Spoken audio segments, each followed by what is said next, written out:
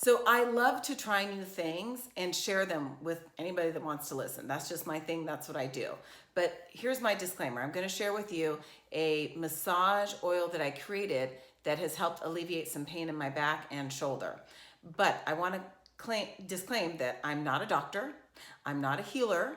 And if you're going to try this at your own risk. So basically what I did, my massage oil pain reliever absolutely worked. I rubbed it on my shoulder. I rubbed it on my lower back. I've been using it for days. My back and shoulder feels so much better now. And I've also rested and I've stopped digging for a couple days. So that had a lot to do with it too.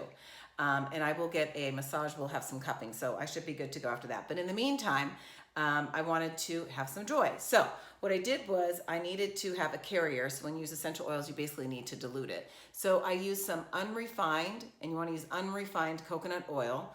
I also, and I put that all in a jar here. All the ingredients went in a jar. And as you can see, this is my homemade stuff right here so I can mark it. Then I added about 3 teaspoons. So I used 6 teaspoons of coconut oil. I used 3 teaspoons of Epsom salt. I used 6 drops of tea tree oil, 6 drops of peppermint oil, and 6 drops of lavender oil. Now, the lavender and tea tree oil work as an anti-inflammatory, where peppermint also works as something that relieves pain. It actually is great for headaches too.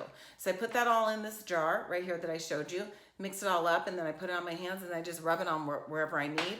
And I've been using it about 3 times a day or 4 times a day, especially after I've been sitting or standing for a long time, and it has absolutely helped me get through this. I'm super impressed with it, so I want to share it with you. But again, my disclaimer, I'm not a medical professional, I'm not a doctor, there's no science that went into this. This is just all from my experience and kind of putting thoughts together. If you want the full recipe, you can always head to my blog at smartshopperdaphne.com, and I appreciate your time. And don't forget, I'm Daphne Monroe, your smart shopper.